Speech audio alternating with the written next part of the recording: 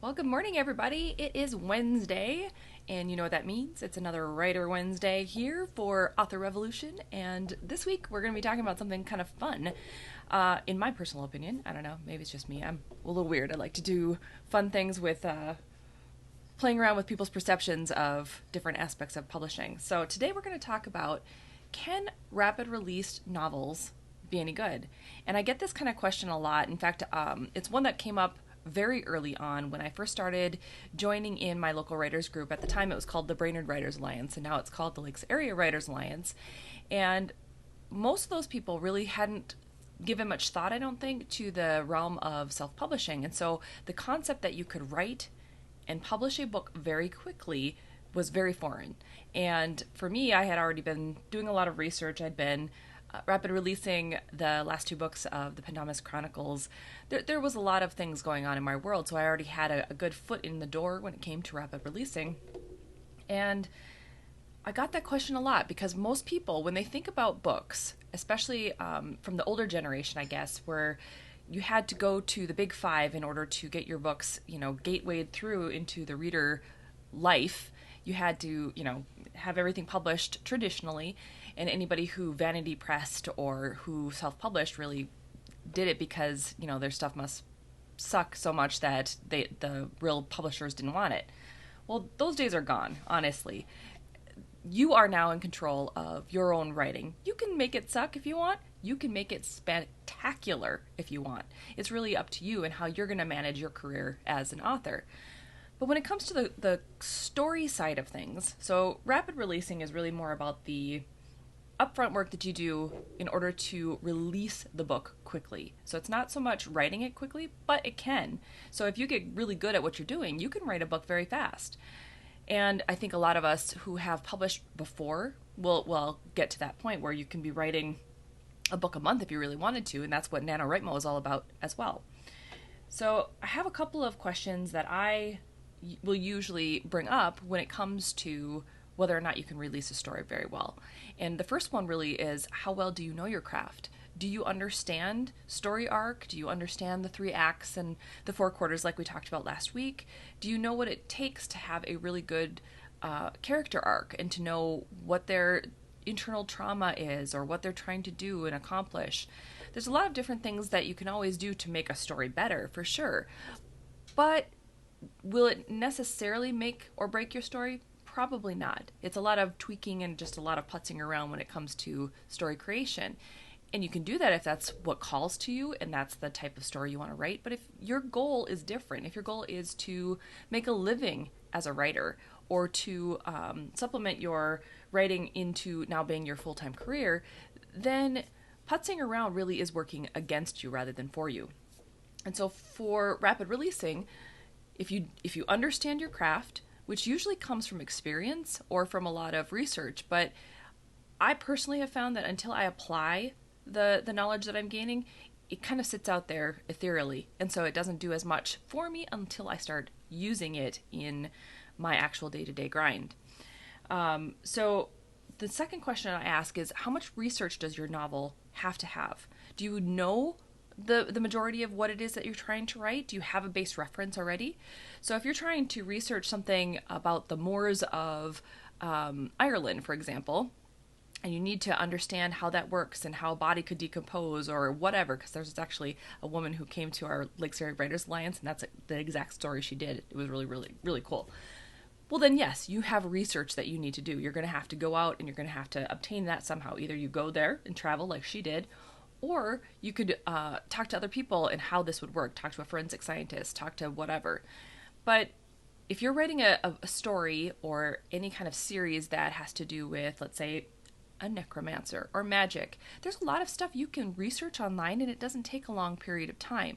And if you've had any kind of back reference on alternative religions or mythologies, things like that, all that will mesh into the back end of your brain, and you're going to be able to pull your subconscious mind forward and use that to be able to write quickly. And if you know in advance what your story is going to be about, because you spent that time outlining or trying to create your story arc properly before you start writing, that part of it will also make your writing go faster.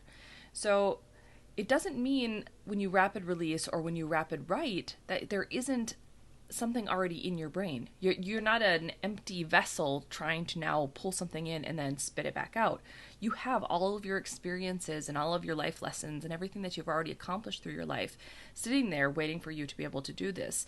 And if you're a reader or have been a reader prior to writing, well, then you're using all of that reading experience as well to know, okay, what types of stories did I engage it with? Which ones really resonated with me? What did I love when a writer did XYZ? So all of those things kind of play in the background of your mind, and you're able to utilize them and make your story even better as you're writing it. And that it's not something that you have to consciously then look for or try to work out. It's already there. You know how it all comes together. So another question that I ask is, how many books have you written from start to finish? If you've done this more than once, you are going to get faster. It's just the way it works. If you're going to be writing something and that's kind of your job, you're going to get better and you're going to get faster at being able to do it. And it's just like anything else that you would do. You know what I mean? If you're going to wash dishes for the first time, maybe you don't know what you're doing. But by the 112th time, you're going to be a lot faster and you're going to know what you're doing. It's the same concept. Writing is this whole process where you get to see the entire arc of a story, and you're able to see, how you go from a blank page all the way to finished. And when you first start out, I know for me at least, when I was writing Pandamus, I couldn't see it ever ending. Like, how do you actually end this thing? But now that I've done this, 10 times, it's a matter of going, okay, so now I know when I'm getting close, how I'm doing, how far I've come. I know when it's going to be ending and when I can start the next one, because it's just now ingrained into my brain, and it will be for you as well. So with that practice and with that experience, you're going to get faster at all of this. And maybe you're not fast at rapid releasing right away. So then you have to ask yourself, what are your goals for this rapid release or for the series that you're trying to put out? If your goal is to, like I said, earn a living with your writing, well, then rapid releasing will help you, because now you're getting your books out quickly. And we talked about this before, and I'll talk about this again in coming weeks. You have to have somewhere between 22 and 28 books on average for your writing to finally come into its own, to be able to have a living wage from your books. And so if 22 to 28 books is the average, you don't want to be doing this once a year. You want to be trying to get that going as quickly as possible to get to that point, because then you've reached your tipping point for people to know whether or not they like you, to give your books a try, to now then go, find you at one entry point and then go back through your entire back catalog. All of those things happen. But you have to get your stories written first. And if your goal is to, like with Secret Legacy, my goal is actually not just to rapid release, and it's not just to earn a living. It is actually to hit a New York Times bestseller list. And that's my goal, because I wanted to see if I could do it. I want to see, can I reach that high and attain it, or come close? And so that's my whole entire thought process behind this. Rapid releasing then, the next 3 books in that 4-book series, is really then about using that momentum that I've had with the first book to pull it through the rest of the series. And so it's a different kind of idea. It still will, I guess, work out the same. Maybe it will boost my visibility. It'll boost my royalties throughout the rest of the books, maybe going back to my backlist. But I don't know that for certain. All I can do is focus on this first book of this new series and see what I can accomplish with it and try to do the best that I can. So what is your goal? Is your goal just to be able to get to that 22 to 28 books? And if that's the case, well, then you got to start somewhere and come up with your concrete plan. And that's the last thing I really want you to think about. Can you make those plans and execute them?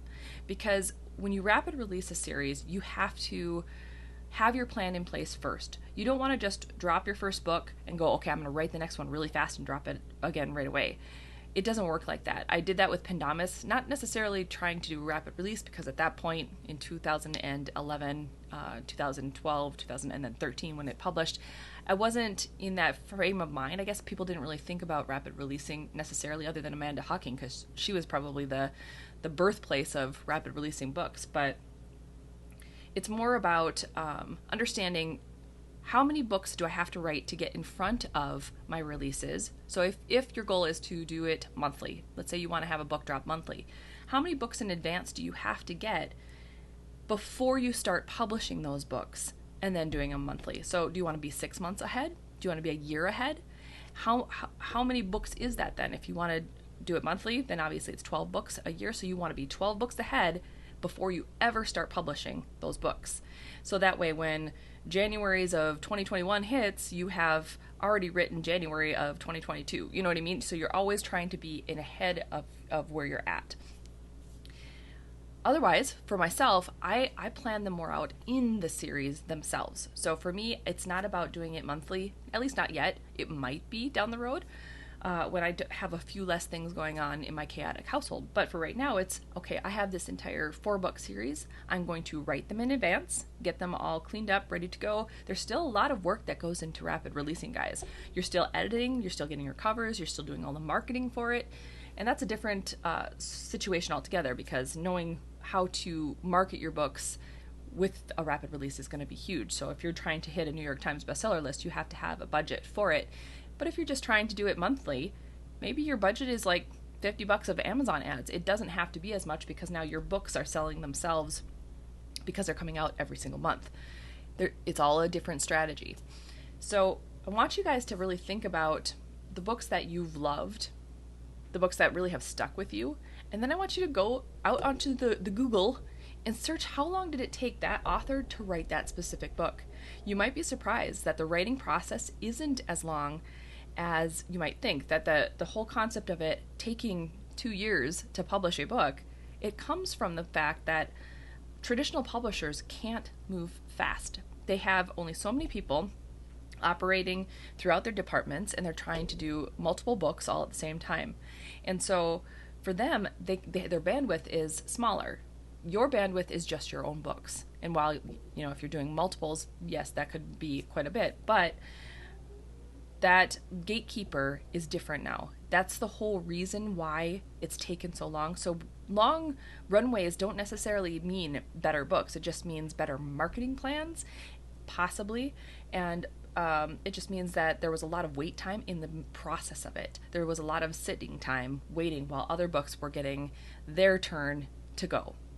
Okay, so for example, one of the ones that I was researching just to see, what is an average? Fahrenheit 451, guys. I was surprised to learn it took 9 days. 9 days for that book to be written.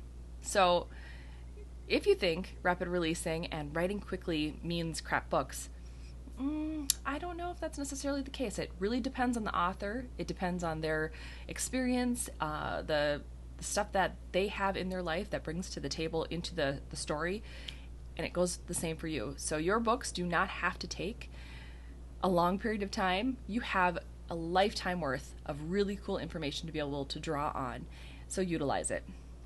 All right, guys, I'm going to head out because I need to work on my next book, Soul Legacy, and until next time, we will talk to you in a week. Bye for now.